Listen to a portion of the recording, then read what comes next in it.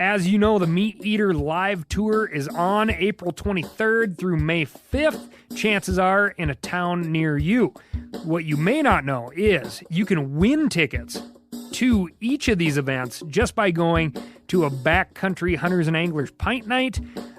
There's going to be a pint night in each of these towns: San Diego, Salt Lake City, Tempe, Anaheim, Boise, Sacramento, Missoula, Portland, Tacoma, where you can compete in Meat Eater trivia and win not only tickets to the show, but a chance to be on stage with all of us. So get your butt to a pint night, and we'll see you on stage.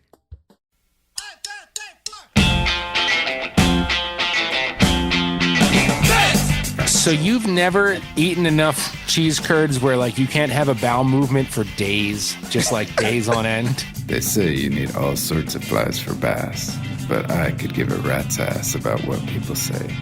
This is not the right use of ironically. It's coincidental. It would be ironic if it were found at a school for the visually gifted. I don't even really know how to start this. I'm a little sad.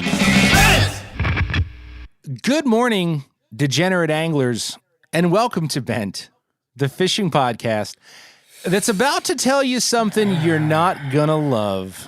I'm Joe Cermelli. Where's my co-host? Sam Mack. And I'm Aiden Samak, and yeah, man, just get it over with. Yeah, so, value degenerates, this is going to be the second to last Bent episode. Hate to have to deliver that news, but that's what's up. Tell everybody why, Joe. Because I am moving to New Zealand to frolic in the Emerald Hills with Mr. Miles Nolte. No, I'm just kidding. I am, however... do you know I have him saved in my phone like that? Nolte? Like with like the hyphen? Yeah. You should. I call him that all the time. I'm just kidding about New Zealand. No thanks to that.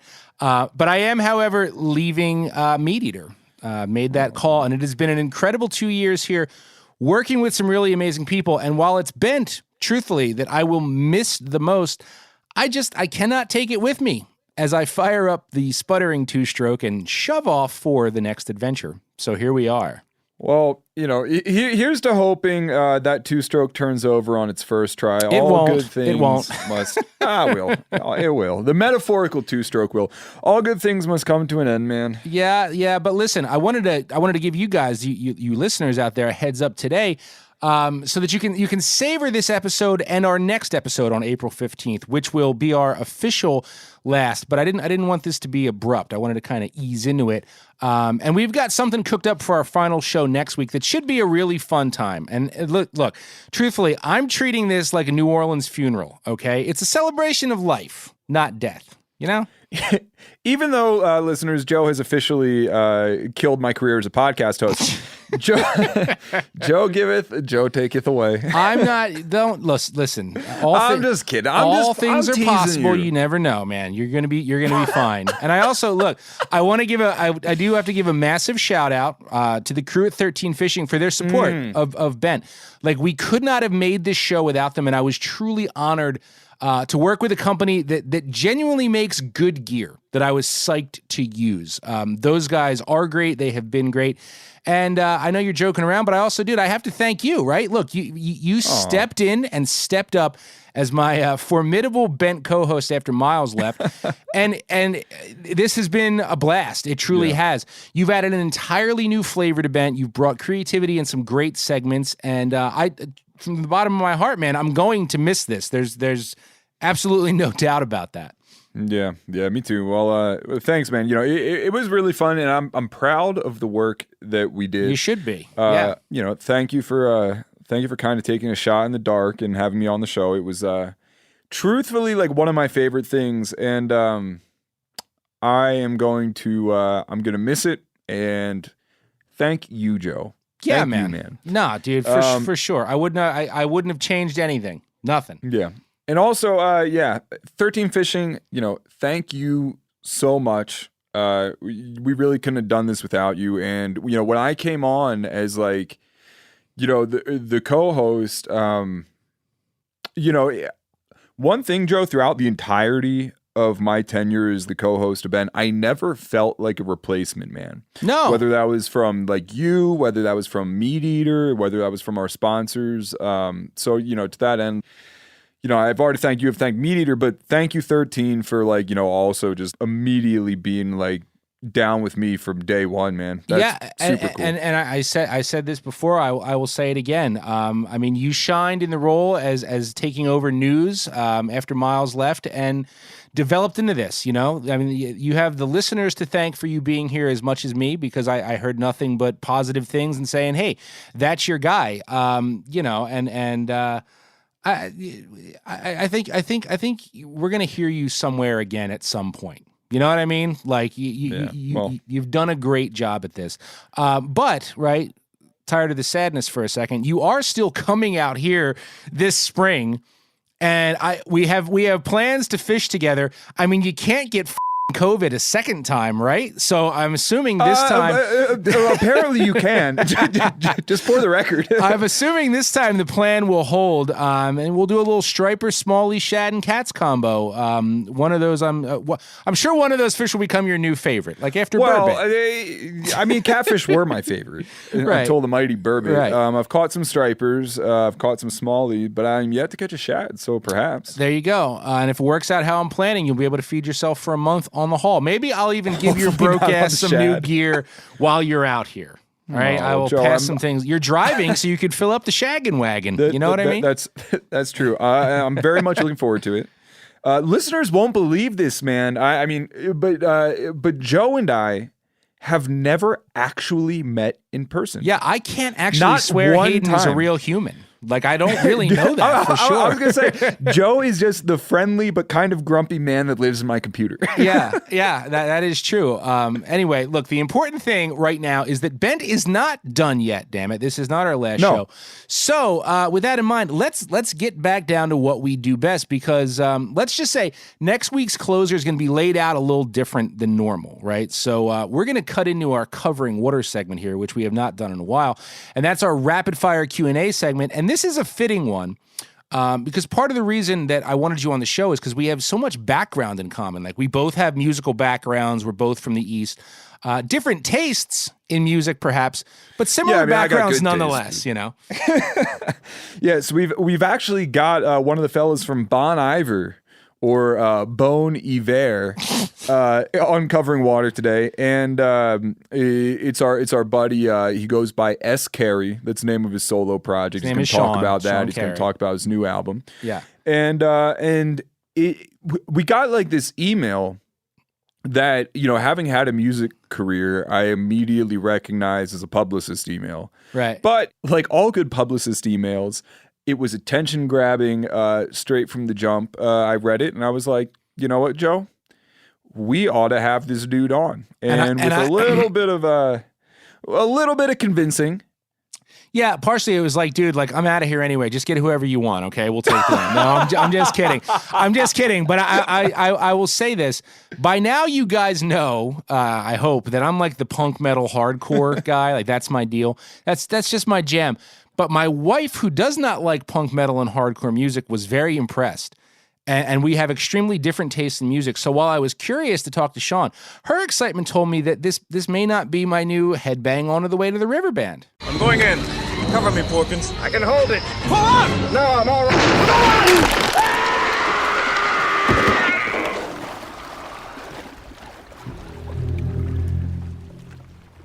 So joining us for Covering Water today is Sean Carey, whom you may be familiar with through his work for a little act called Bon Iver. Sean, thanks for joining us, man. No problem. Thanks so much for having me. Sean, can I ask, because I'm certainly aware of the band, although I'm a little bit more of like a chugga misfits kind of every time I die thing. What does that name mean? Can you translate that for the listeners? Is there something behind that? It means good winter. When Justin, the main dude, came up with the name, he just didn't know that winter was spelled with an H in French. Got it. Funny. Got it. So he signed a letter to his friend, Good Winter, and just it looks like Bon Iver, but it's actually Bon Iver. I was gonna say, does it get obnoxious with people just like saying Bon Iver? Like, I imagine you get that a lot. No, I'm into all the pronunciations. Well, dude, I was joking with somebody today. I was like, you know what? I've been screwing that name up for like 10 years, and this is like the first time that it's actually mattered at all. But moving off, how did you get? How'd you end up getting involved in that project? Oh man, I actually approached Justin at his first gig as Bon Iver, and we sort of knew each other from the music scene, but I was a little bit younger, and I had learned like all of his songs when they were posted on MySpace, if you can remember that. Wow, I remember MySpace very well. Yeah, yeah, and yeah, I was in music school at the time, so I just took like a studious approach to learning all of his tunes, and he was kind of blown away by that, and we've been playing ever since. Very cool. So you also you have a solo project in the works, right? S. Carey, tell us a little bit about that. Yeah, S. Carey started kind of after the first Bon Iver tour. I was so inspired to do my own thing and write my own songs, and was just kind of riding that wave, and so I started that project, and I've done 4 full-length records. The 4th one's coming out next month. Awesome. So, okay, listeners, you probably know his music in one capacity or another. And while I'd like to sit here and talk music all day long, what you might not know is that Sean is also a very dedicated angler based in Eau Claire, Wisconsin. Man, like, outdoorsman musician crossover is something I relate to and is pretty unique and more common than a lot of folks might think. Right off the top of my head, I think of our pal Dave Simonet from Trampled by Turtles. Yep. Musicians seem to be drawn to fly fishing for whatever reason. Like it's a thing. How do you end up getting into fly fishing, and what draws you to it? I think of Ted Nugent, by the way. I don't think Ted Nugent's a fly fisherman. I think Uncle Ted's pretty much just running and gunning out in Texas. I'm just saying, how are you going to talk about musician outdoorsman crossovers without talking about Ted Nugent? Oh, you're going to put me in the spot, Joe. There's a lot of musical similarities too. So, yeah. Just kidding. Yeah, I mean, I grew up fishing. And then when I moved to Eau Claire for college, I met this guy named Ben Lester, and we were both percussionists, and he was an avid fly angler, so we started fishing together. And by the end of that first summer fishing with him, I completely switched over to fly, and haven't looked back since. So one thing I'm always curious about, Sean, like whenever I get to talk to a touring musician in particular, is your schedule just too busy to squeeze any of that in on the road? Because I always wonder, like, you travel in the country, you have to end up in some places that would have some pretty damn good fishing. Like, is there a 6-weight like stashed on the tour bus kind of deal? I have fished on tour before, and I need to like make it more of a priority. But yeah, we're talking about because there's a few of us in the crew that do it. So we're definitely going to have a little road case that just goes with us. But yeah, I've been able to. We did a house show tour with S. Carey. We did 3 of them actually. This was a few years back, but we kind of like planned them around fishing destinations, or we took like 3 days off between Salt Lake and Denver and just fished our way. That's a good stretch. If you're gonna, that's a good stretch right there. So we did that in a couple places, and brought out all our camping and cooking gear, and it didn't feel like tour. It felt like a fishing trip where we had to play shows at night. So, well, that's a pretty damn good fishing trip, man. Because all there is normally to do at night is like drink beer and eat Mountain House. Anyhow, so Sean, in this segment, we like to kind of get into the minds of our guest via some rapid fire Q&A.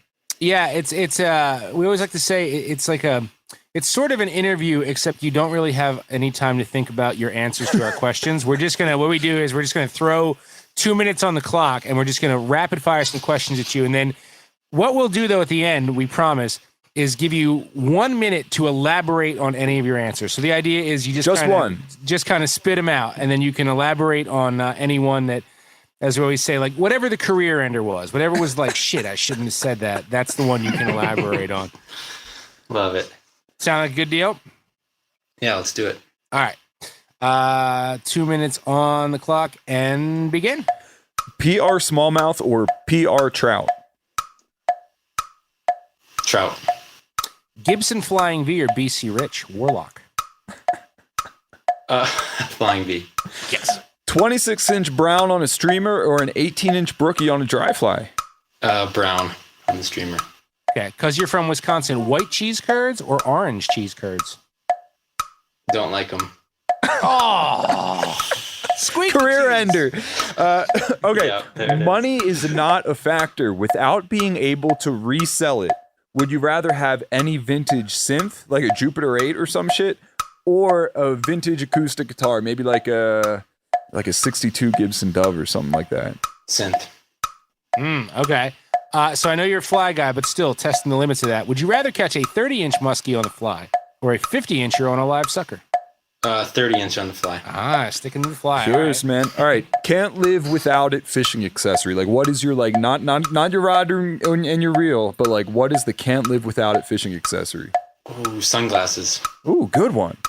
Okay, all right. First fly rod you ever owned? It was a Reddington 3 Forks. Nice. Oh, yeah, That okay. makes a good one, man. All right, Skinny Love or Enter Sandman? Skinny Love. Bon Jovi or Bon Scott? I don't know who Bon Scott is. Oh, okay, all right. Favorite So I part? guess Bon Jovi. Okay. Bon Scott's Jersey, AC/DC, sure. right? Yes, sir. All right, favorite part Oh, of I like touring? AC/DC. Everybody likes AC/DC on some level. Apparently not that much. Favorite part of tour? The shows. Okay. That's a good part. Okay, one place There's a lot of other parts. one place you've always wanted to fly fish but haven't gotten there yet. Patagonia. That's a good one. Me too. Least favorite part of tour? You sort of travel. Oh, okay. Last one. Again, because you're from Wisconsin. Charlie Barron's fan or no? Yeah. All right, here we go. That's it. That's time, man.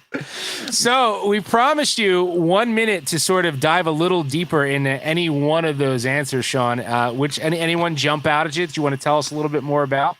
I mean, the cheese curds thing is going to. You might want to people are gonna revisit be. Bon Scott. No. I'm not going to tell you which one to pick. You can pick any one you want. I'd like to hear more about the cheese curds, but it's your time on the floor, man. I grew up not liking cheese, but I've grown more to like it. But whatever, I like them fried. I like whatever cheese curd is fried. I don't like them not fried. So you've never I never look at the color. eaten enough cheese curds where like you can't have a bowel movement for days, just like days on end. Joe. I haven't had that luxury. And it is a luxury. Okay, all right. Good cheese curds here. Man, thank you so much for coming on with us. That was a fun one. So That real was, quick, man. you're coming out with your latest solo album. I believe it's your fourth, titled "Break Me Open" on Jaguar. That'll be available April 22nd. Tell us a little bit about it, where folks will be able to listen, and where they can find you on tour and on social. Yeah, I'm so excited about this record. It's been years in the making, and we are doing 2 tours in the U.S. And at the end of April, we're doing the East Coast, and then in July we head out west, hoping to bring the fly rod for sure. Are you hitting any dates? I was gonna say, don't exclude it in the East, man. If you need some locations, you let me know. I'm a Jersey Philly guy. Oh so no, I've fished in New York and Jersey and Vermont, I think, on one of those tours. Are you making thanks. any stops in Philly? Yep. Where are you playing? It's it's I don't remember. Do you remember what the room cap is? I might be able to narrow it down for you. It's likely a bigger venue than you and I ever played in Philly, Hayden. I think we can kind of leave it at that. No, for S Carey we played pretty small rooms. I think it's Brenda's? part of the World Cafe. Oh, okay. And Joe, I have played there multiple times. So you. Wow. All right. So, and where can folks find you on social, man? I'm Scary Pics on Instagram, and I'm on Twitter a little bit. But yeah, and then music will be on all the streaming platforms, and yeah, buy a record if you feel like that too. Yeah. Yeah. All right, man. Well, hey, thank you so much for coming on. I'm really looking forward to the album. I wish you all the best on your tour and all the fishing excursions bound to be thrown in there. Yeah, man. Thanks again. Thank you guys. Appreciate it, Huge Sean. fan of what you do and the Mediator community in general. So thank you. Cool. Thanks, man. So yeah, degenerates, check that out. I think you should check that out. But like, how you gonna not know Bon Scott? Like that was a slight red flag for me. Look, see, man, this is where I disagree with you. Like you have factions of, when we're talking about classic rock, you have like factions, and I sort of put AC/DC in with like Alice Cooper, Kiss. That's fair. Acts like that. I would never consider them in the same arena as like Cream or Hendrix or The Doors. Mm-hmm. And I don't like AC/DC very much. You know who I don't like? Completely honest. You know who I don't don't care like? who you don't like. Leonard Skinner. I don't like Leonard Skinner. How about that? I would put like AC/DC almost in with. Anyway, then again, my like classic preferences are more like T-Rex, Bowie. Like I like that glam shit. Then like I don't know, Bob Dylan, Velvet Underground, et cetera, et cetera. All this is to say, I think you got like a little too hung up on the Bon. Well, it was kind of a joke. I was also going to throw in the question Bono or Bonzo, but then I didn't. Although, I don't know, Sean seemed like a fun guy. Like he was having a good time. I probably could have played around with more Bonds. I like that dude. I just think it's funny that it's Bon Iver and like, everybody who reads just like, Bon Iver. Like I said to you, like, who are we having on? The Bon Iver? Is that a guy? You're like, no. Well, I don't know. I forget if it made it to the actual interview, but I was like, I've been calling you guys like, Bon Iver, Bon Iver, like for like years, and I haven't really ever dedicated myself to learning the correct pronunciation of it. And like, this is the first time that it's ever kind of mattered a little bit. Right. He was a sport though. He was good. It was fun. Yeah, and you guys know I'm not good at pronouncing stuff. He was a good sport, and it was a good time. And you know what else would be a good time? What's that? Beating your ass one last time in the final showdown we call Fish News. Fish News! That escalated quickly. So, we've used the front of news for a year and a half to sort of be our, our shout out kind of. This is our spot to shout out listeners and shout out fans. And I think it's only fitting that we use this space this time as a huge thank you directly to all the listeners. And we have one show left, and we're going to thank you a whole bunch more then. But yeah, I mean, I sort of, I just feel the need to just take this moment right before news to just thank you guys so much for listening to news, because sometimes news is a shit show. Like, let's just be honest, right? Like in terms of making the podcast. Okay, news is important. I get it, and we like to keep you up to date on things. But like it can be a little grindy at times, and sometimes we're long-winded. Sometimes we say dumb shit, and you're probably thinking, why would you even flag that as a story? Because not much else was happening. Exactly. Sometimes things just aren't happening in fishing. But I also want to thank everybody, for listening and powering through with us. Sometimes while we figured new shit out, man. Sometimes why we tested new things, why we try new things, and always offering your feedback on either like a follow-up to the news story, a correction to the news story. Exactly. We've heard from so many interesting we appreciated all that. And, one of the best parts of this, make no mistake, was incorporating you guys and hearing from you guys. And we certainly hope, at least I do, that I keep hearing from you, no matter what the future brings. You know what I mean? You guys know where to reach us on the grams, and I second that. Yeah, and we embraced every correction and every mispronunciation, and tried to give you guys as much. Some of of you outlet. guys were kind of kids. Maybe more so to you, But I am going to miss people messaging me going, "Come get your boy. He's over here doing some weird shit again." But like you guys made Bent what it was, and it is sad that this is the final news.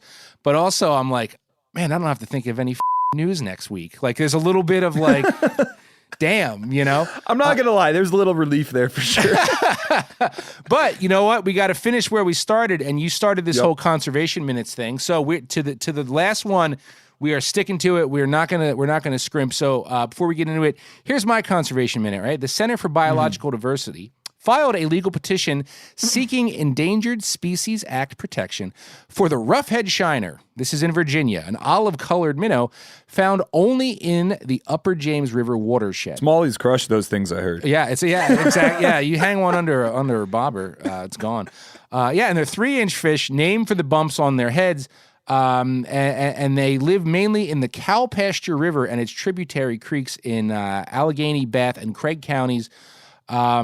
And there's a quote in here from Tiara Curry, a senior scientist at the center. She says, "The roughhead shiner is an emblem of the quiet extinction crisis unfolding in our nation's rivers. Endangered Species Act protection will bring a recovery plan to pull it back from the brink. The shiner was first identified as threatened 50 years ago and was put on a waiting list for federal protection in 1994. The state of Virginia has identified it as a species of critical concern, but doesn't have the necessary funding for monitoring or restoration." Final quote here. People ask, why save one little fish when there are so many other kinds?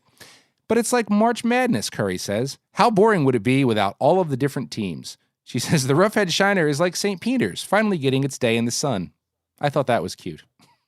That is not at all what that's like. Anyhow, on to my conservation minute. Per LakeCountyNews.com, California Department of Fish and Wildlife Director Charlton H. Bonham has assessed entanglement risk under the Risk Assessment Mitigation Program, otherwise known as RAMP, and announced the closure of the commercial Dungeness crab fishery in fishing zones 3, 4, 5, and 6. God, I knew there was going to be something I couldn't pronounce here. That's Sonoma and Mendocino County line. Mendocino? I think you think? Okay. Maybe. Mendocino County line to the U.S.-Mexico border, effective at noon on April 8th, 2022. Basically, whales can't avoid... this is not the quote. Basically, whales can't avoid crab pot lines, so the season's being closed to fuck up less whales. And we we actually covered this before when it came to alternative devices to avoid... the ropeless lobster pots, right? Yeah. Yeah. So I guess the entirety of the commercial crab lobster fishing industry didn't hear my story and immediately changed their tune. Weird. Well, they should pipe up. It's now or never, crab and lobster industry, even though those pots are like hundreds of thousands of dollars. Anyway, look, to the bitter end, this is a competition. We do not know which story the other guy is bringing. This week, that is the truth. And, I mean, this is going to mean one final legendary weigh-in from Phil. Though I think if Phil is available, I think you're going to hear some fresh Phil, some live Phil maybe in our final show. But this is the official last news weigh-in. I just cannot wait to see what he cooked up. And it's my lead, which is fitting. It's the last one and is my lead. So, over the course of Bent, we have rolled our eyes kind of at fish record stories, right? We've done them time to time when appropriate. And as we've noted, when there wasn't anything else. I was just going to say, as we already noted, sometimes we just couldn't find anything better that week, right? And I think the mighty Phil even once famously said he will not give a win to record stories anymore, because there was a period when, man, they were just flying out the mouth. So how fitting that I close with a record story of sorts. But it's not about a specific record or fish, but records in general. And damn it, I'm doing this to ensure that you walk away from my final news filing with information that you can use to better yourself on the water. That is the damn Bent seal of approval as we walk out the door. So this story comes to us from the Duluth Mine is News just a regular Tribune. news story. Right, exactly. That's fine.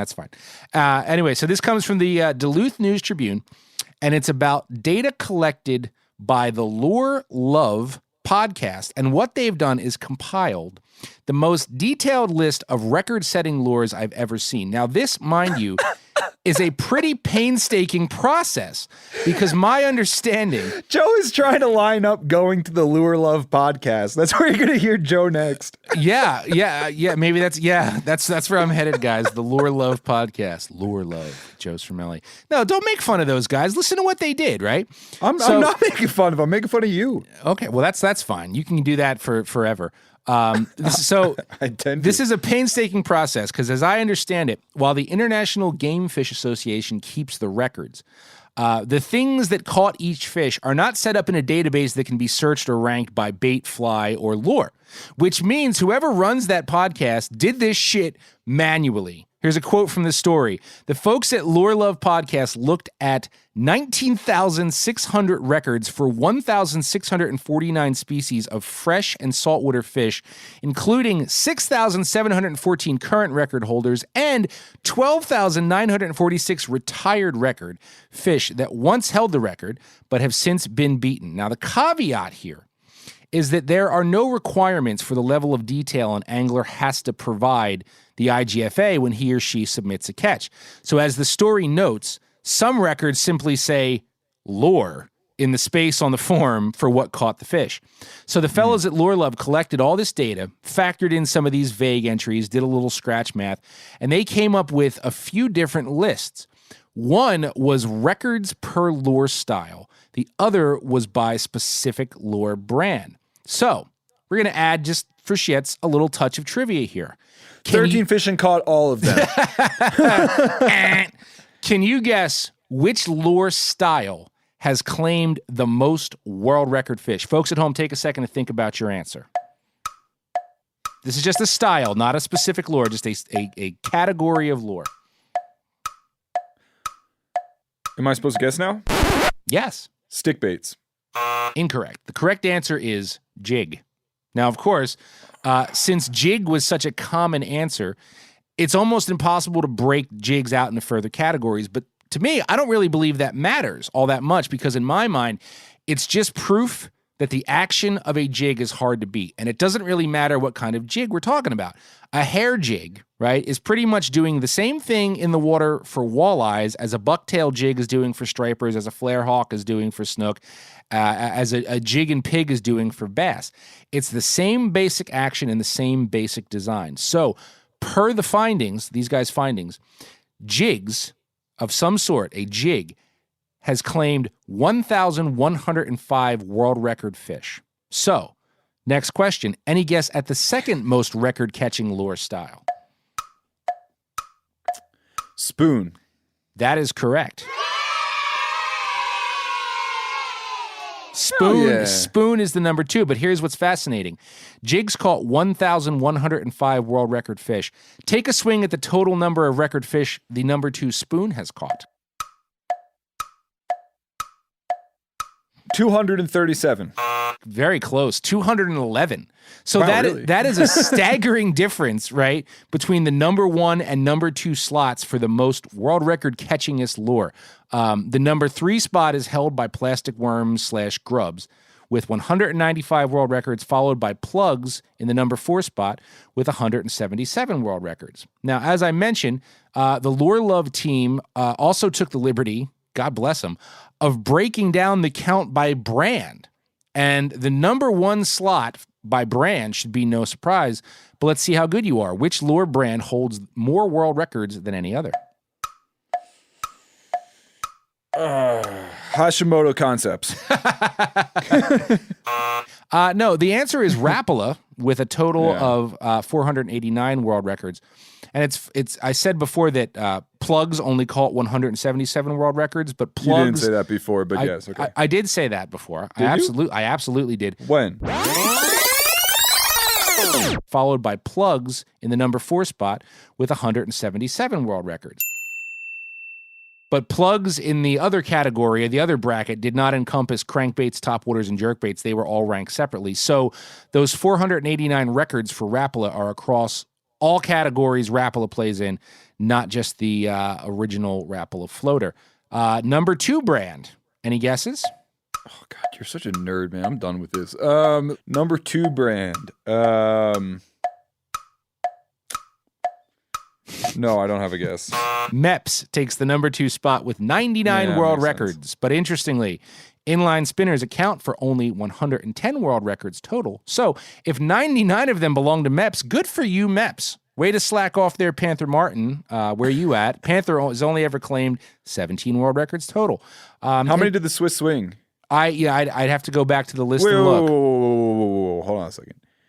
How many inline spinner records were there? So according to their findings, there are 110 world record fish that have been caught on inline spinners. And then according to their brand findings, 99 of those 110 were on Mepps spinners. And how many were on the other one? Panther Martin? It says 17, but keep in mind they don't just make inline spinners. That could be a Panther Martin Vivif or, some of the soft plastic stuff they make. So it's not necessarily broken down that way. Welcome to Gotcha Journalism, folks. Yeah, there you go. Now, I found this fascinating.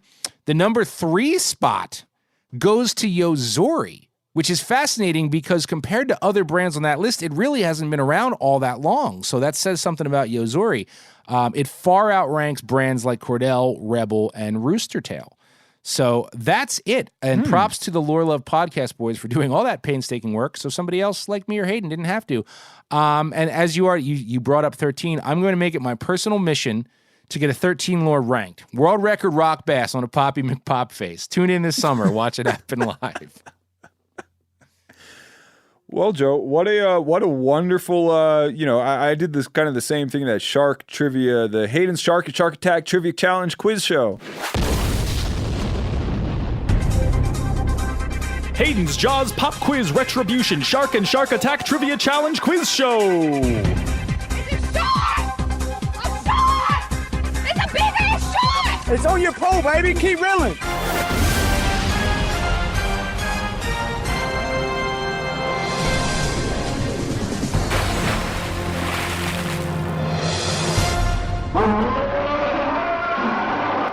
Yeah. Yep. As soon as that was done, I was like, it's time for me to leave. No, I'm just kidding. Please enter your password. You have one unheard message. Joe. Leaving me here like one of those sad dogs in a Sarah McLachlan commercial, man. Come on. All right, well, I hope everything turns out good for you, Joe, and you get to do all the things in your fishy future, man. It was a lot of fun. Also, you for abandoning me. All right, bye, Joe. End of message. Delete.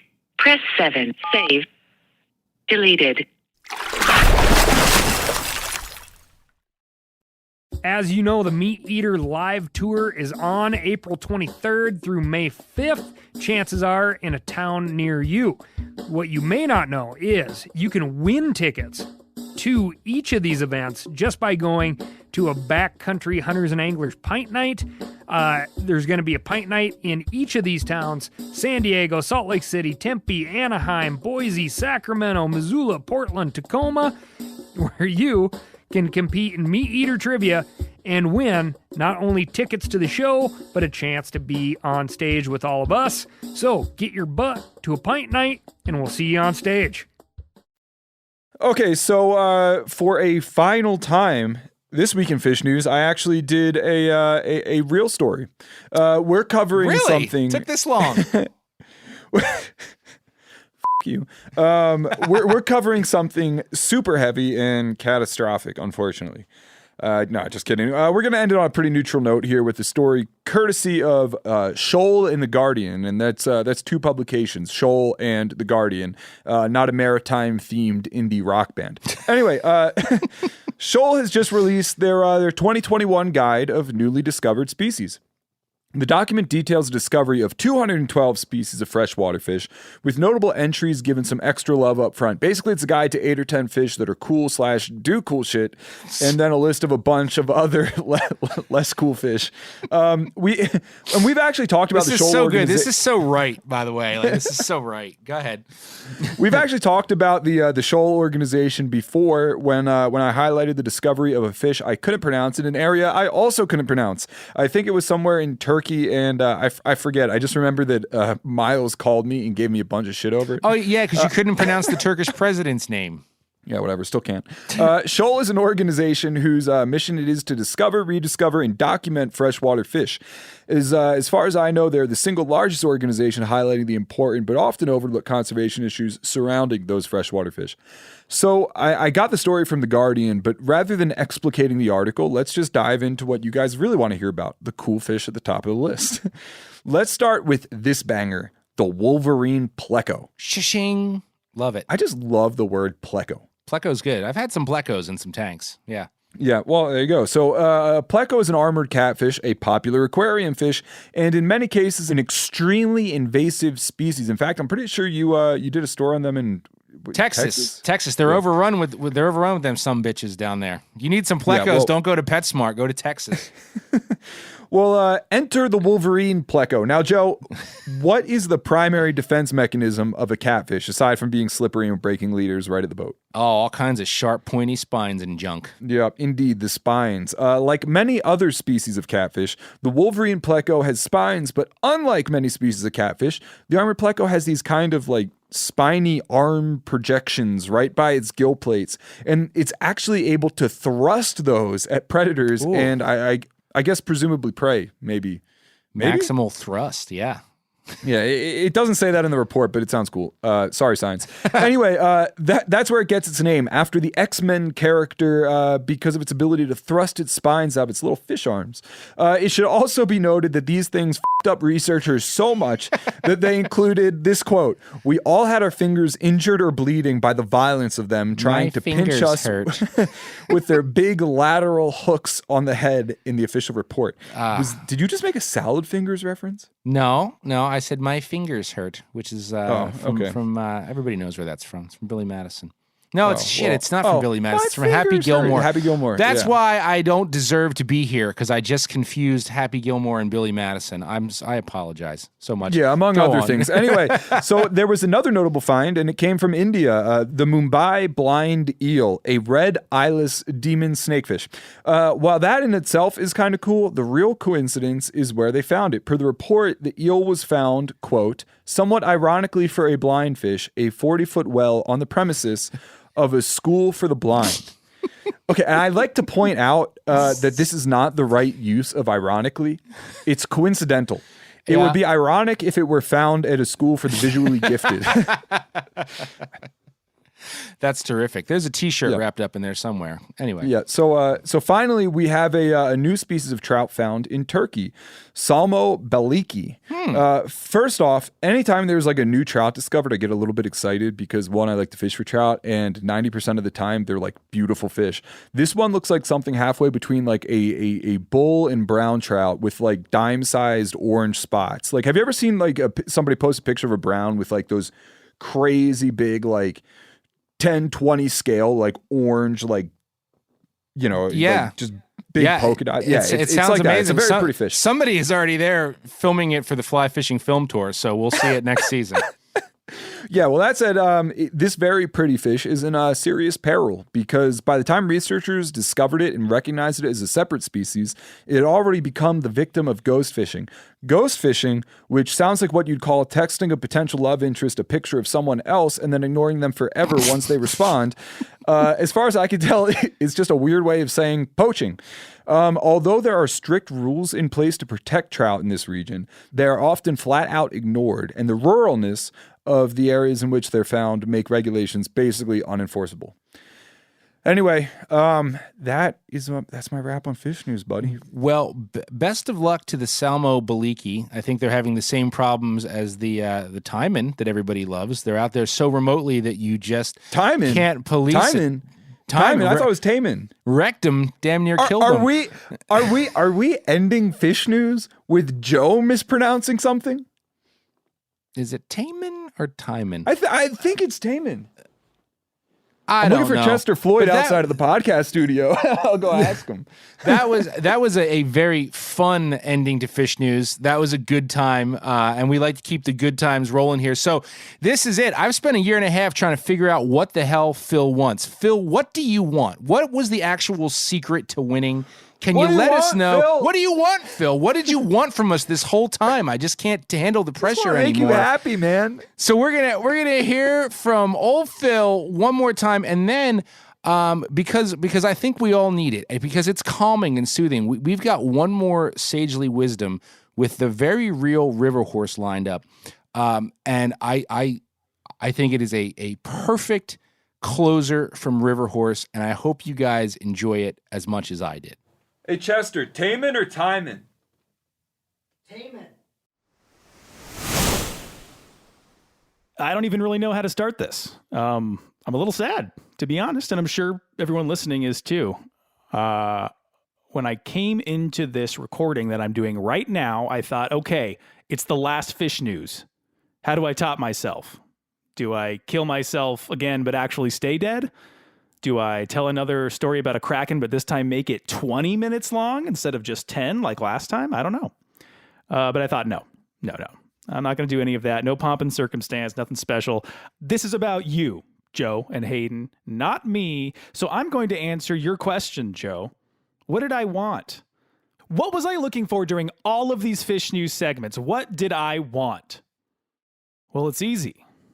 I want you to want me.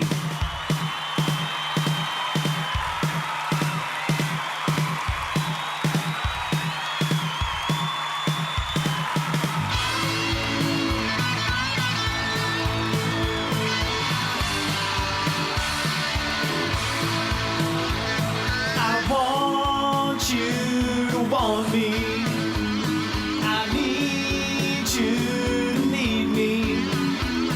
I love you to love me. I'm begging you to beg me. I'll shine up the old brown shoes, put on a brand new shirt. I'll get home early from work if you say that you love me. Didn't I see you crying? Oh, didn't I see you crying? Feeling all alone without a friend, you know you feel like dying. Oh, didn't I see you crying? Yeah! Thanks, Joe and Hayden. We're all winners today. What the hell?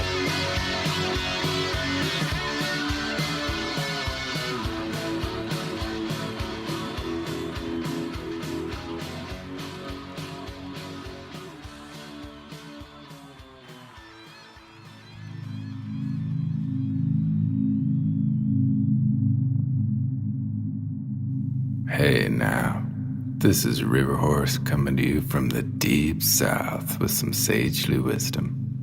Today's story is all about getting on a roll.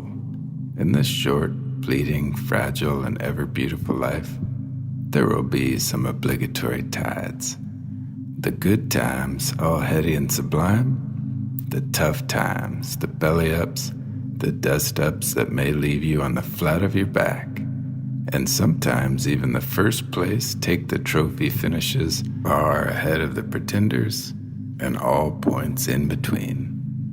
This is all par for the course, and how we learn to appreciate the smallest moments for the sweet bounty they are.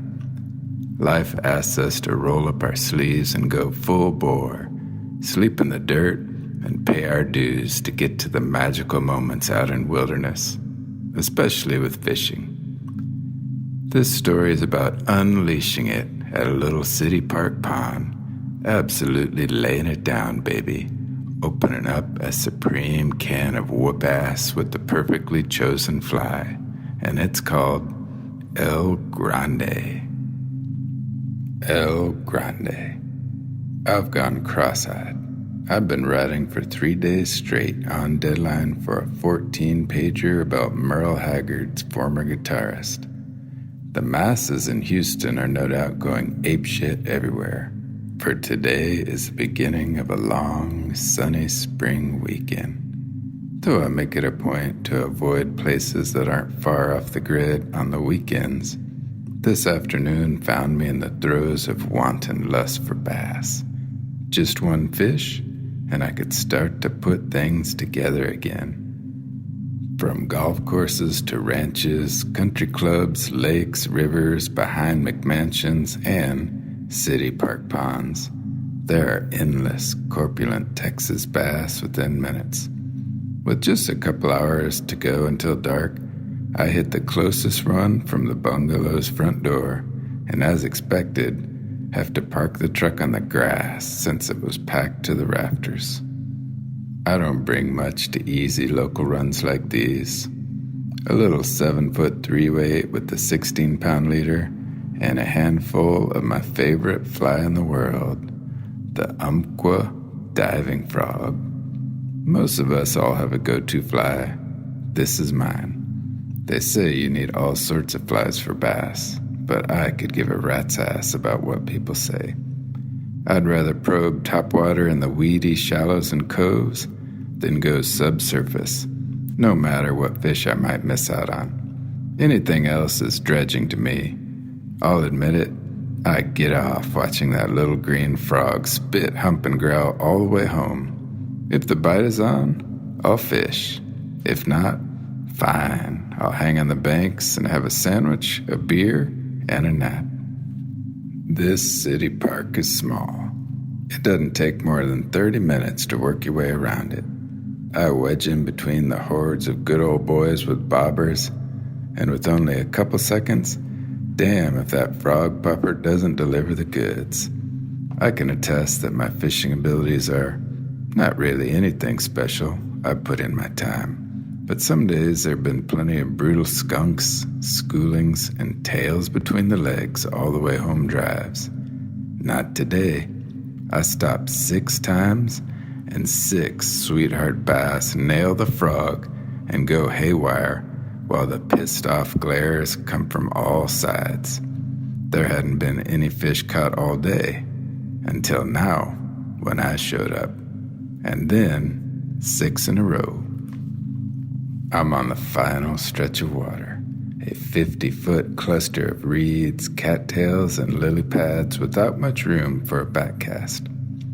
I lean out for one last go-round, and as the swim frog lands, it goes down in an implosive swirl. On a 3-weight, you know pretty damn quick when things are serious. Unable to high-stick this one, the rod submerges a foot under the water, and I just let him burrow and run. A giant crowd gathers behind me while all the other fishermen just stare with frowny faces. I finally drag the enormous fat-ass bass to the bank, and I hear screams, shouts, howls, and cheers from the rabid gallery. El Grande, El Grande, El Grande. Oh yes, she is. Let's agree that fishing is not always about fishing, and it's often brutally humbling. Some days you get the chicken, other days just the feathers. But for those who say fishing is not about catching fish, oh, bullshit. I hold El Grande aloft for all to see, feeling like I just shot the moon. Throngs of kids are jumping up and down, hooting and pumping fists into the sky. Cell phone cameras chirp away. I see the expectant characters with obscene cooking forks in hands and drool forming on their lips. As the smoke from all the barbecue grills in the park gently lilts into the skies, El Grande is released with redemption on his lips. The entire park goes audibly silent. And that's our sagely wisdom for this time, my brothers and sisters. And remember, never be afraid to let them go on to be caught another day if your table is already full of goodness and your freezer. You'll reap the bounty in the days ahead. You just watch. Now, get out there and find your own groove. I will see you along the path.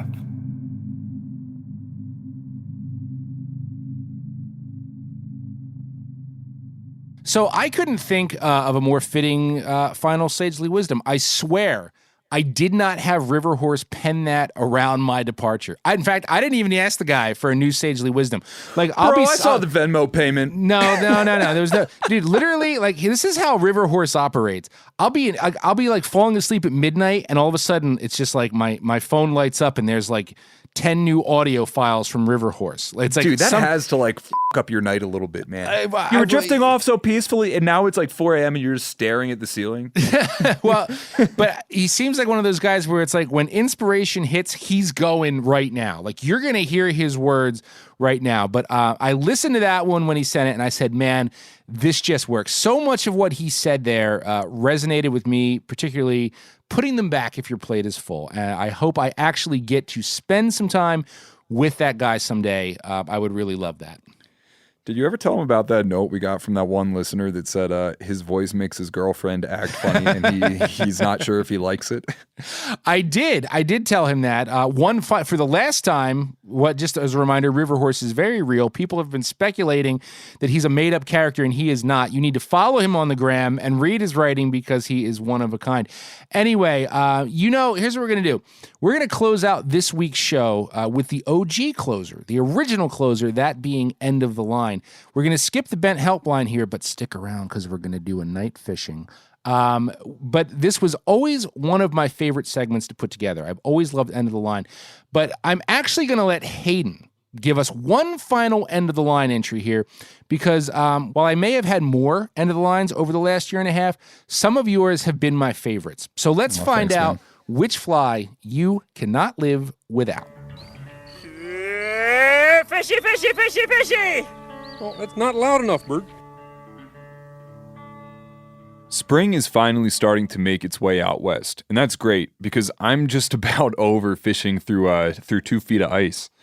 In observation of a particularly beautiful afternoon, I recently decided to get out and make a quick after-work hit on one of my favorite little streams just north of town.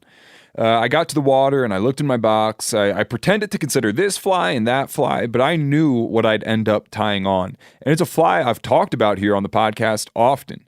That faithful, fishy, size 12, tongue-head, CDC soft hackle pheasant tail nymph with the orange hotspot. It's been my go-to for years, and I think it always will be. Pheasant tails are my favorite nymphs, period. You can keep your Waltz worms, your perdigons, your hare's ear. I don't know what it is about them, but man, those things just fish. And sure, my version of it is far from classic. I mean, it's tied on a jig hook, but the classic tie works beautifully as well. But what is the classic tie when we're talking about a pheasant tail nymph? To answer that, we need to go all the way back to the invention of the pheasant tail and its inventor. Frank Sawyer was first a river keeper on the Avon at Lake in Wiltshire, managing 6 miles of river right by modern-day Sting's house. I know that's not really relevant to the story, but I think it's funny that Sting owns that place now, and I had to work that in there. Anyhow, Sawyer worked there for about 3 years until moving on to the Officers Fishing Association, which is now known as the Services Dry Fly Fishing Association. The SDFFA is a fishing club along the River Avon, and it's open exclusively to active duty and retired military, as well as a very few number of civilians. Sawyer worked there until his death. As a river keeper at the Services Dry Fly Fishing Association, Sawyer spent his life on the water and eventually became known for not only his stewardship, but for his sunken nymph fly patterns as well. In 1958, he developed his most enduring of those patterns, the pheasant tail nymph. The pheasant tail is considered one of the oldest modern nymph patterns that we use today. The original tying of the pheasant tail nymph is unique by today's standards for one main reason. It did not include the use of thread. In fact, the original pheasant tail only included fibers from the tail of a cock pheasant and copper wire. After tying the pheasant tail fibers in, the wire and fibers would be twisted together before being wound around the hook shank to form the body of the nymph. Tying in this way achieved two things. It created a durable body and a certain amount of flash where the wire would peek out in between the fibers. Today, we mostly fish a variant of the original pattern, the most basic of which is only a small departure from Sawyer's with the inclusion of a peacock herl thorax. I like to fish a variant with soft hackle and a beadhead. There are endless ways to modify the pattern, and no matter where you go, you're likely to find some local variant that, for one reason or another, seems to outfish all others. One thing I know is that Sawyer's inspired pattern will forever be my go-to, and no matter where I'm fishing, when it comes to trout, you're more likely than not to see a pheasant tail nymph on the end of my line.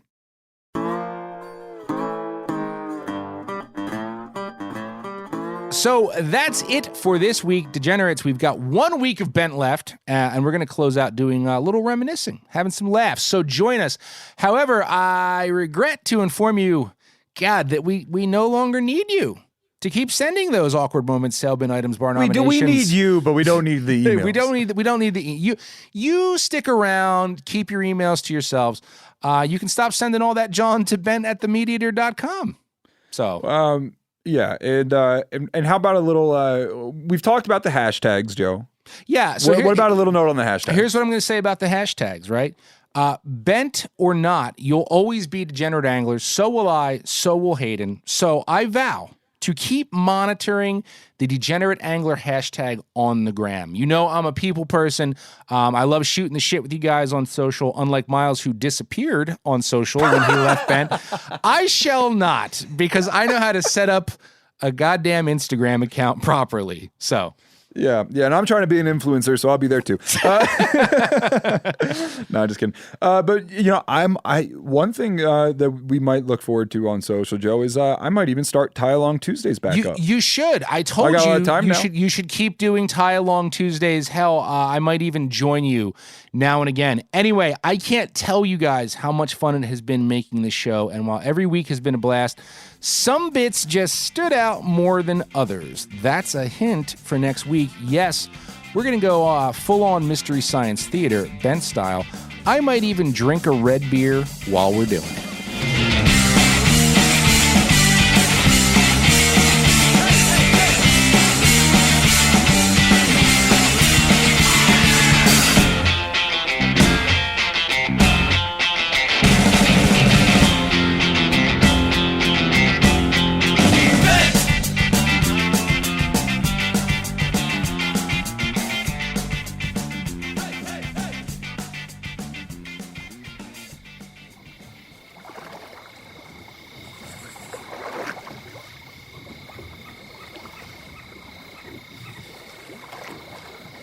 You know, I got to say, so night fishing was your idea, and I liked it. And I am sorry that we are not going to continue that on, because I do love a good secret track.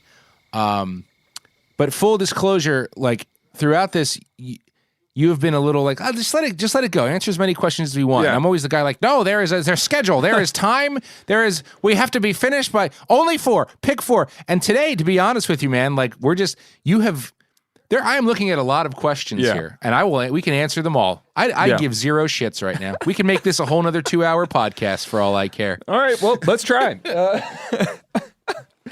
All right, so folks, welcome. Just see where we go. Just go with the flow. Okay, so folks, welcome to night fishing. This is the thing that we did once, and now we'll have done twice. We're second time's a charm. Yeah, we're gonna answer some of your most pertinent questions, and because this is the last ever installment of night fishing, I figured, hell, we'll see how many we can get to. So there is no time on the clock. We're just going to kind of rip through as many as we can, and then, that'll be it. So, Joe, we're going to start with this one.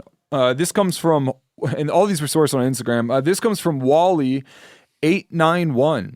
If you had one fish to fish for the rest of your life, besides snakeheads and burbot, which is, I assume, referencing our personal inclinations, what would that fish be? Mine would be burbot. Mine would be snakeheads. There you go, Wally. Now, dude, that's come up with me before. You know, there is no one. There's not. Like, I can whittle it down to fresh and salt. I guess it would be striped bass and wild browns. Those are my 2. Like, if I really had to pick 2, stripers and wild browns for me, Wally. Yeah, I mean, like, okay, so from like the sporting aspect and like where they take me, I would have to go for just like trout. Maybe even cutthroats, just because I think they're cool and they live in beautiful places. And I don't know, there's like a certain like poetic element to trout fishing. If I were to go for like something that I really want to eat a lot, probably like tuna, something like that. Some good, some like sashimi. Well, Yeah, I mean, I could answer that question. Like if I had to pick one, it would be tuna, but I ain't got that kind of money, Wally. Tuna's expensive. You know what I mean? Well, he didn't say there was a financial constraint on it. All right, so well, then I just pop tuna like endless summer, all summer long in the Northeast, and then I'd go to Australia. So that's what I would go. There you go. All right. So, Joe, if the format of these, I'm just going to keep pitching them to you. You lead off. I'll follow you up. This one comes from Derek the Fancy Caveman, who asks, been to Manitoba? Are you hunting this spring? Any bear plans? No, and no. I've not been to Manitoba. I'd like to. I'd like to go to BC. BC people, you have been riding me on that. I have never found my way to British Columbia. I've done Saskatchewan, way up north, and it was one of the top 5 coolest trips I've ever been on in my life. That was a pike trip. Am I hunting this spring? No. Any bear plans? No. Believe it or not, there was a time, boys and girls, when I did both hunt and fish. And then eventually I was like, I'm just the fish guy. So no, none for me. All right. Well, my answers are no, yes, and yes. I've never been to Manitoba. I am definitely hunting this spring. For all the fishing that I do about an equivalent amount of hunting. And then any bear plans, you bet, man. I'm going to be hunting bears in Montana, and then I have a pretty cool mule deer tag, and in part of scouting mule deer for next season, I'm going to shoot down to Idaho where I picked up a bear tag as well. So, we'll see what happens. I'm only going to shoot one bear, I think. I know I'm only going to shoot one bear just because you don't need to shoot 2 bears in a season. But yeah, so those are my bear plans. Next question. Fish Daddy 401 asks. Yeah, he makes a bunch of molded baits. I don't know if you follow that dude on Instagram, but I will now. Yeah, I've watched some of his live pours, I guess. He asks, least favorite species to catch? Walleyes. And the award this for is most like my last predictable opportunity. answer. This is like my last opportunity on Bent to take a dump on walleyes, and I will continue to do it. Mad respect for the people who are good at catching them. I get it, but as a fish to target, they suck. I'm sorry, walleyes suck. Yeah. My least favorite is rock bass. I always get bummed. Really? How can you be mad at rock bass? Oh, dude, they're like an American treasure. Well, a couple reasons. Number one, I'm always fishing for something else when I catch them. Number two, I've never eaten one, so maybe they're amazing like table fare, but it's just not something I've experienced. It's funny you bring that up. No, well, I don't know. I've never eaten them either, but man, this has come up. I've written about it in years past. Like when I was a kid, there were rock bass everywhere around here. Yeah. Every stream, there were dude, they're getting harder and harder to find in the Northeast. And there's something to that nobody can quite figure out. But many people have agreed, we don't catch rock bass the way we used to. I do still have a couple of spots. It wouldn't surprise me if the stocking of other game fish is kind of pushed them out of there. But you brought up eating them. I was fishing in West Virginia years ago on the New River, and man, you catch some stud rock bass between the smallies there.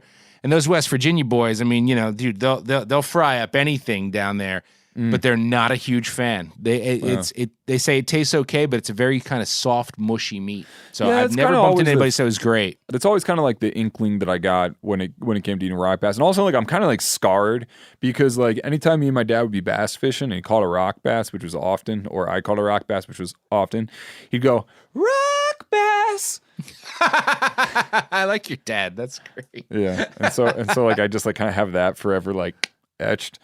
I'm going to start using. You can tell your dad I'm going to start using that every time I catch one. Okay, so Grant Berger Woodworking asks if you could write your own travel/fish species specific book, what would it be? Mine would be, I'd title it The Complete Guide to Surf Casting. It's actually a book that already exists. You can look it up, Grant, on Amazon and purchase yourself a copy. Do a brother a favor. Otherwise, I can't disclose any of that because I can't. I couldn't. I'm not spitting out future book ideas, though I do have some. Yeah. If I could write, I would. Which you can. No. Yeah. I don't know what that would be, man. Part of me wants to do a. See, it's kind of conflicting because a lot of the stuff that I'm passionate about is rooted in a semi-esoteric knowledge. And I talk a lot about blue lining brook trout. And so like a blue line guide and like maybe some thoughts on blue lining and the sort of places that it takes you would be something that I'd be interested in writing about. But I don't want everyone to go and start doing that just because like those little streams can take like, barely any pressure. And the reality is like, if you particularly out east, man, if you start talking about like even vague terms like drainages, you can pretty much be like, okay, he's talking about one of 15 tributaries. But in my opinion, that's a writable book without getting too specific. I mean, if I were forced to write that book, man, but like I wouldn't you like go straight tactics and sort of what to look for without being very specific. Yeah, but that's kind of like the beauty about blue lining, man. It's like it's very like while we're waxing anyhow, one of the things that I like about blue lining is that it's a really good way to learn how to read water and understand fish because it's so A-B. Like, there aren't a lot of like questions left on the table. If a fish doesn't take the fly that you present to it in a blue line, either you're just like not fishing the right technique for that period of time or your cast and drift were bad.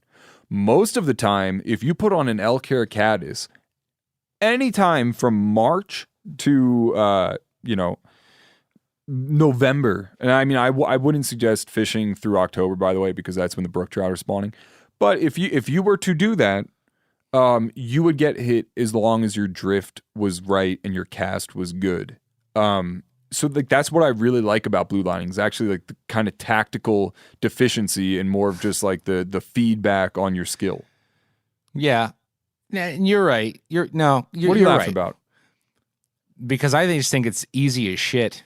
Like it's just easy fishing. It's easy fishing. So like I love wild brook trout as much as the next guy, but whereas I know you're the guy that will follow that stream up for miles, I'll do the first quarter mile and like catch a whole bunch and then I'm like, all right, now what do we do? Like it doesn't hold my interest all day.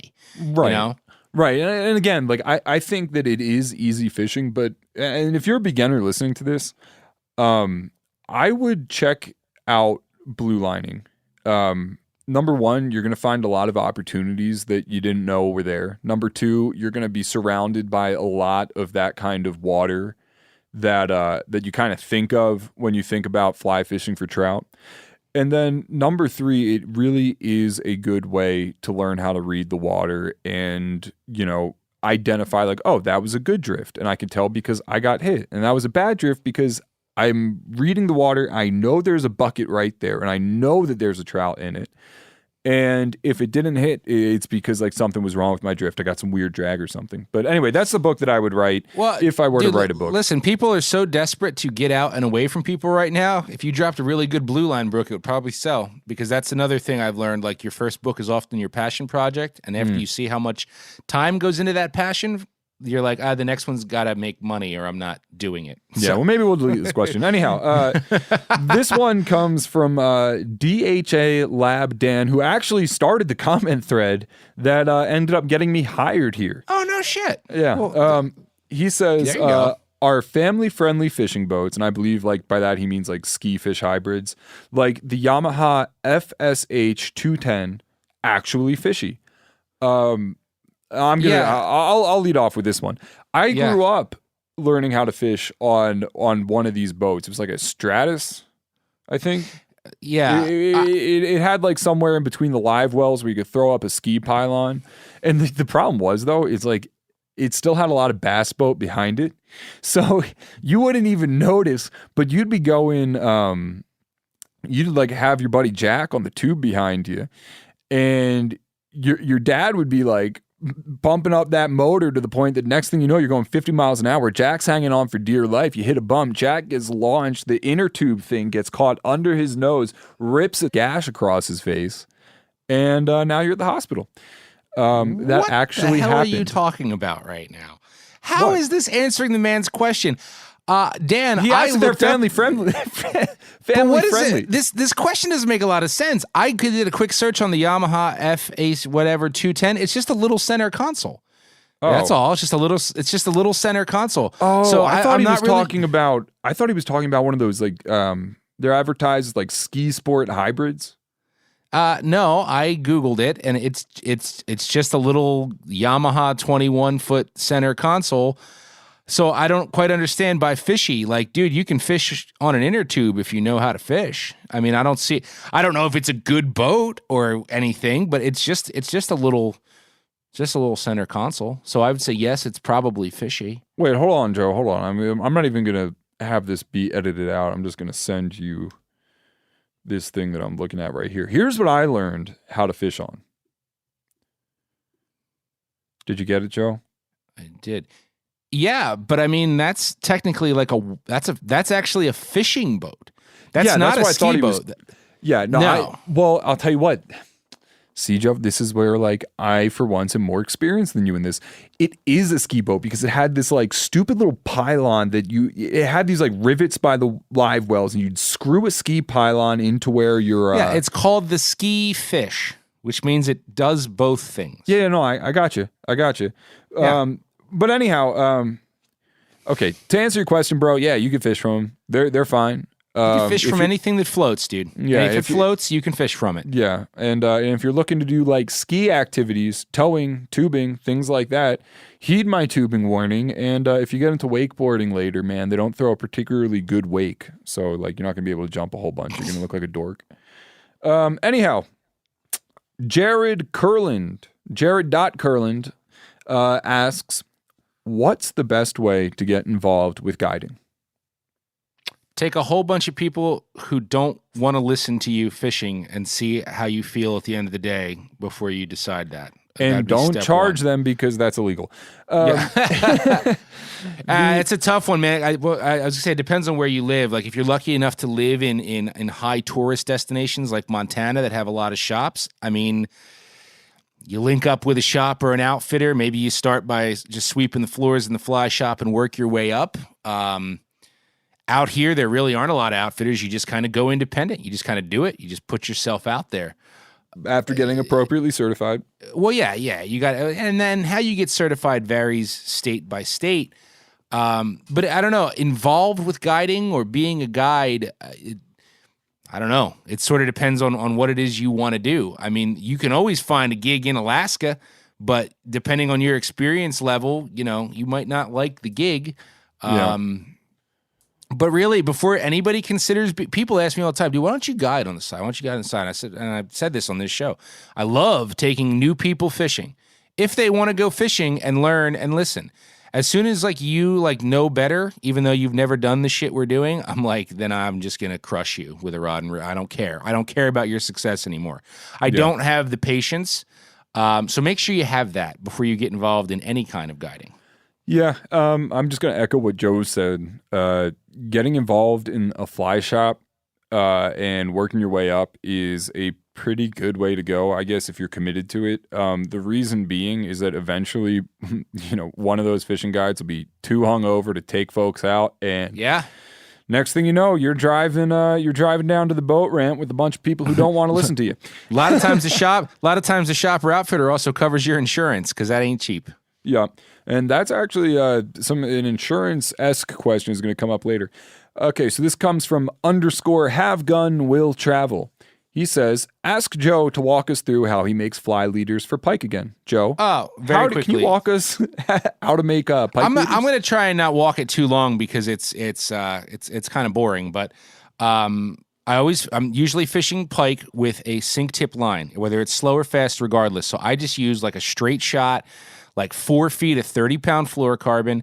And then I love Cortland's ST10 is their tieable steel leader. It actually comes on a coil like tippet.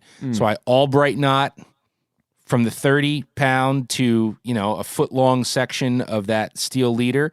Then I put a perfection loop in the end of the steel and use a really good quality clip so I can just quickly clip flies off and on, and that's it. Donezo. So the whole thing is about 5 feet total. I like a short leader. Cool. DJ Roloff asks, what peeves do you have about fishing media? You go first. What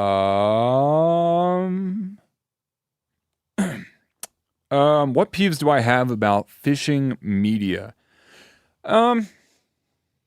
I think we address that in a lot of the stuff that we do. In that a lot of it doesn't show. A lot of it doesn't show things that are like accessible to folks. A lot of it doesn't show the reality of what fishing is to the average person. And like, I'm gonna get on like a stump speech for a second here, man.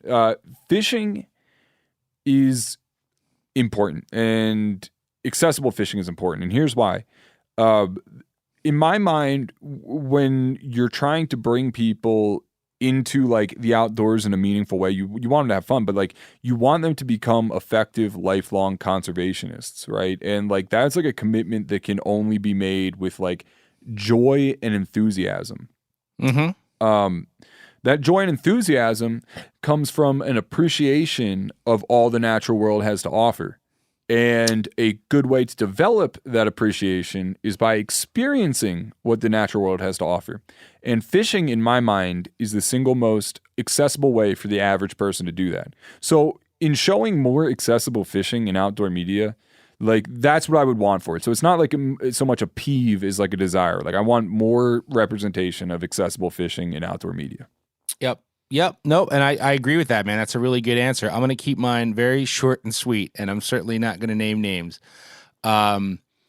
What bothers me is there are a lot of very successful people in fishing media these days with very large followings. And if you know anything about fishing and pay attention to them, even in the slightest, most of them have very little to no idea what the hell they're talking about. They just don't have the background experience.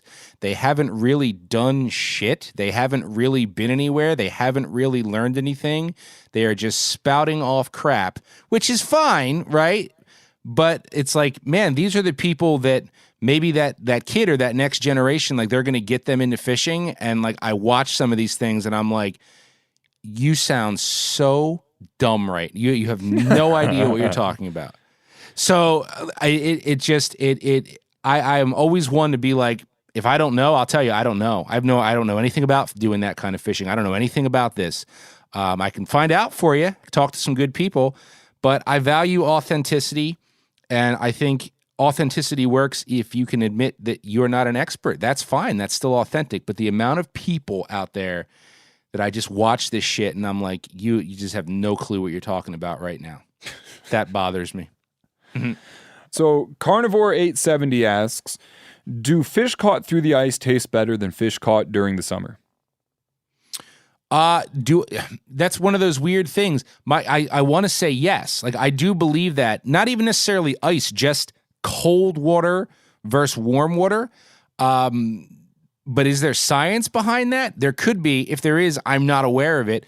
But I would say yes to that. Something caught out of cold water always seems to taste better than something caught out of warm water. Yeah, I'd agree with that. Coalboy 17 says, you have one species and one method of fishing for life. What is it? God. I don't ever know how to answer these. That's like saying you, not to bring up golf again, but like you can play any course in the world, but you can only take your putter. Like, no, I don't know. I don't know. I love all types of fishing too much. Like do you have an answer for that? Like, do you have a true answer for that? Yep. I'm going with my boy, Corey Calkins, drifting down the Yellowstone, fly fishing big, stupid foam bugs for big, stupid brown trout.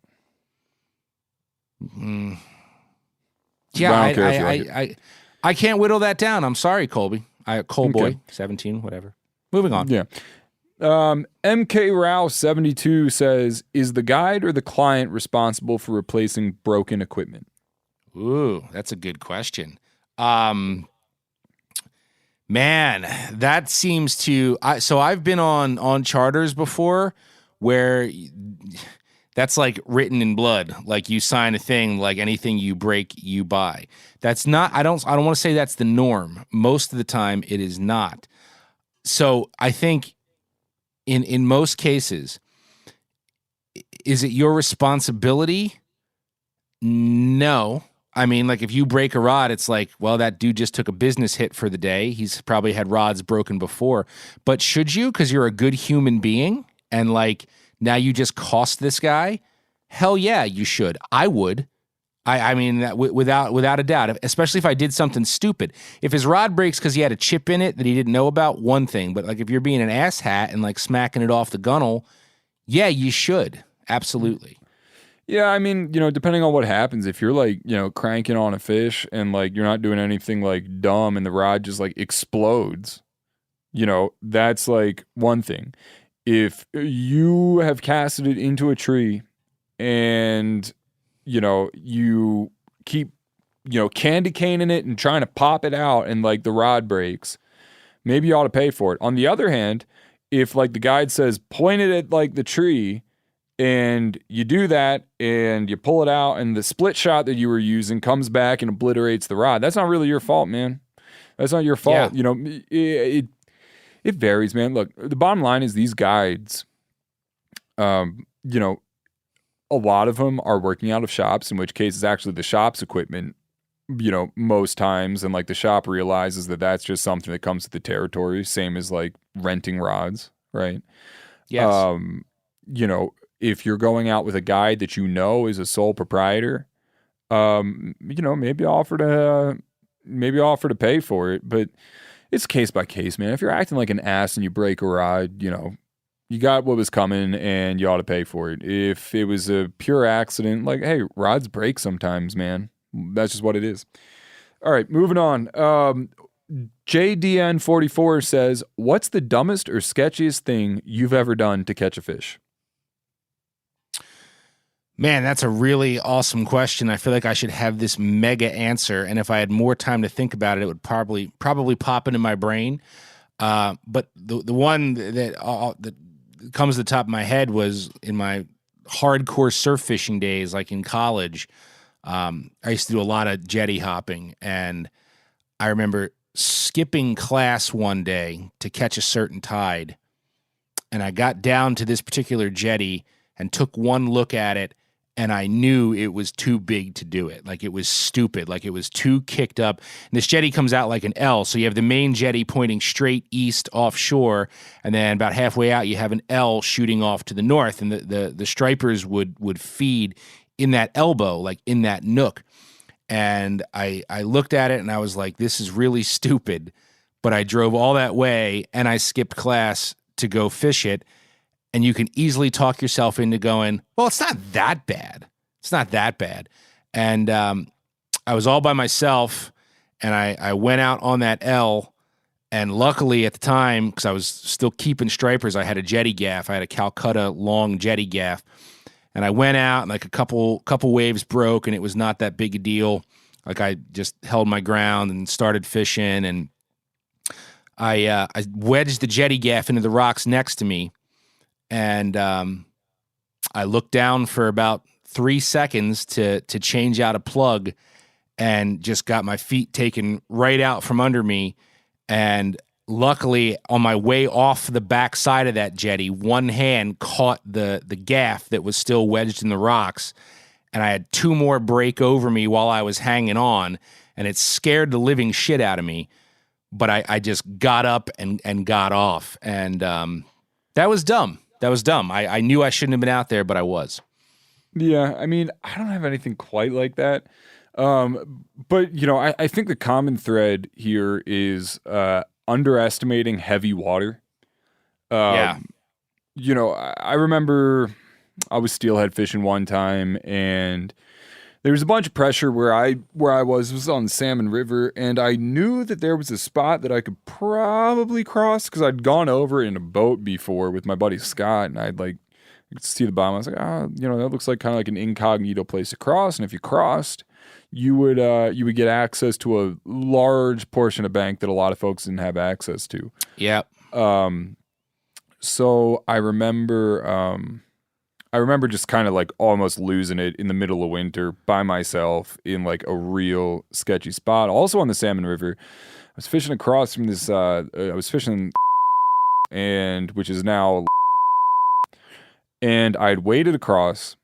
I had come out like, I don't even really think I got on the opposite bank, which is like private, but like I'm fishing from the opposite side of where everybody fishes. And one of the stewards came down to me. He was like, hey, I saw you come down across this way, and, I just want you to know that, like, if one of our clients wants to fish here, you're going to have to move. And this is, I don't know if I should be saying this, but whatever. This is why I don't like so in a huff, I was like, call the warden, man. Like, I didn't Oh, God. I was like, I didn't do that. You can tell me you're whatever, but I didn't do that. So basically, like, I had like some words with this dude, and I was just like, you know what, fine. And I just like went to like cross back, like I was real annoyed, but I had missed the shelf by like just a touch, and so I start crossing back. And I realize that the line that I'm taking is not good, but like I'm pissed off and committed. So there's no going back. There's no spinning around. The amount I know this position. Yes. Yeah. So I'm like, I'm just gonna do this, or I'm gonna die doing it. And I did not die doing it, but that was a pretty. I guess that's not the dumbest thing I've ever done to catch a fish, but maybe one of the dumber things I've done to prove a point. I've had so many sketchy wades, and I don't want to tell a whole other story, but the one that's most memorable, I got across, and I picked the spot where we were crossing the Broadhead, and this was Father's Day weekend, and I got across and turned around to see my poor old man in the middle of this heavy flow, waist deep with his flimsy little wading stick, looking at me like, if I don't die, I'm going to kill you the second I get over to that bank. And it was like the most hair-raising 5 minutes of my life. It was one of those deals where like you just were waiting. Like I was like, he's going to get taken off his feet any second. And I picked the spot. And now there's no going back. There's no turning around. You are going forward. Luckily he made it. And then we had a nice dinner at Shoney's or something. Yeah, man, that Broadhead is funny, dude, because there are some stretches of it that you're like, oh, this is a peach. And there are other stretches of it where you're like, oh, yeah. You could go in there and never come back. All right. Piker72 asks, why do people who have a boat dock get pissed when other people fish it? Like, fuck off, dude. I'm fishing. I think he means from a boat. Well, yeah, he does mean from a boat. So I have two thoughts on that. On a lake, I don't get it. I mean, if you have a bass boat and you're pulling up in the middle of the day to somebody's dock and flipping his dock, I don't get it. They just must feel like whatever bass live under that dock are their bass. Now, in the saltwater scene, on the other hand, if I had waterfront property with a dock, I would absolutely pay the money to have green lights put out on that dock, because there is nothing more fun than night dock fishing in saltwater when the lights bring in all the bait and there's stripers and snook and whatever you have is just there. Okay, but then if you roll up on a boat and fish my lights, now I'm pissed. Even though you have every right to do so, I would be furious. But if I had a lakefront home and a dude rolled up and flipped it, I wouldn't give a damn. Like, good for you, man. No. You know. Okay. Ethan Sandstead asks, any tips for dealing with potentially aggressive waterfowl around your fishing spot? Yeah, man. A CO2 powered pellet gun. I was going to say, not that I want to talk about publicly. That is a federal offense. Don't do that. Doc Martin, whatever you got. Yeah. I don't know, man. Number one, wide berth. I assume he's talking about geese on a nest, probably. Geese. And that's always, dude. The nesting season always coincides with opening day around here. So I mean, how many times in your life, like you're just like walking in a trout hole and then get that, and you're like, shit, like turn around, walk around them. I mean, I don't know, I don't know how many times it's happened to me. My first inclination is always like, there's a big snake. Yeah. Oh yeah, dude. It catches you way off guard for sure. All right, so Thomas NYE25, that could be Thomas Nye, I guess, going to the PM for steel next week. Are 4 guys too many for a drift boat? Will we be laughed at? Yes, you will. Too many. I don't know what kind of drift boat you're dealing with, but even like the biggest stealth craft I'm aware of, 4 is too many. It's not that it's probably unsafe. Like I'm thinking about my boat's 16 foot. Could I row 4 people in it if I had to? Yeah, but none of you are going to be able to fish.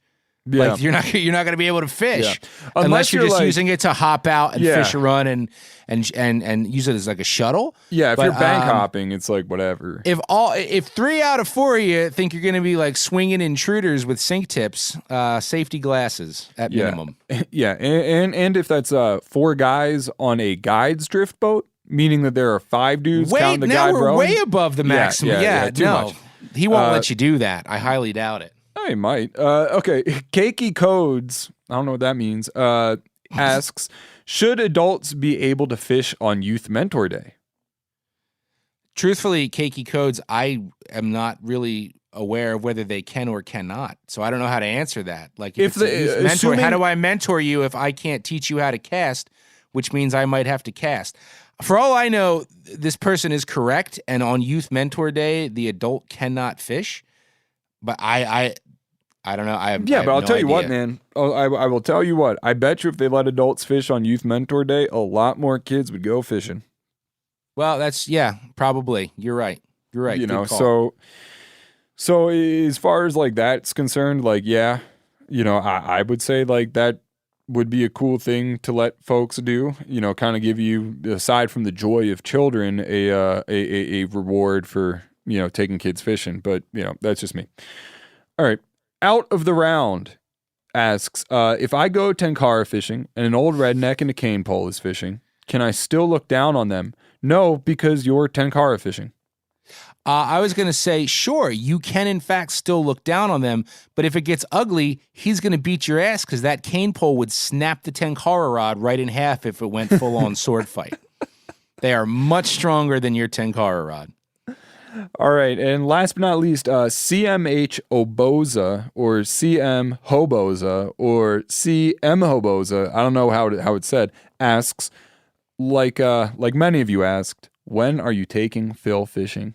I feel like I've failed Phil. You should take Phil fishing. You could take Phil I've fishing tried any to get day. Phil fishing so many times. It just Really? it just like never works out. We tried to go duck hunting too, man. You know, I will tell you what. If there's one person who deserves a free fishing trip from the Bent Fellows, it's Phil Taylor. And despite my departure, Phil knows he has an open invitation. I even have an IKEA futon here for him. Anytime, Phil.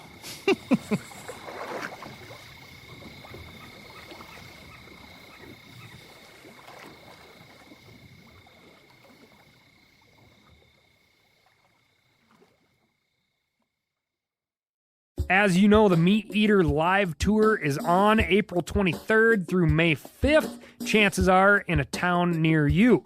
What you may not know is you can win tickets to each of these events just by going to a backcountry hunters and anglers pint night. There's going to be a pint night in each of these towns: San Diego, Salt Lake City, Tempe, Anaheim, Boise, Sacramento, Missoula, Portland, Tacoma, where you can compete in Meat Eater trivia and win not only tickets to the show, but a chance to be on stage with all of us. So get your butt to a pint night and we'll see you on stage.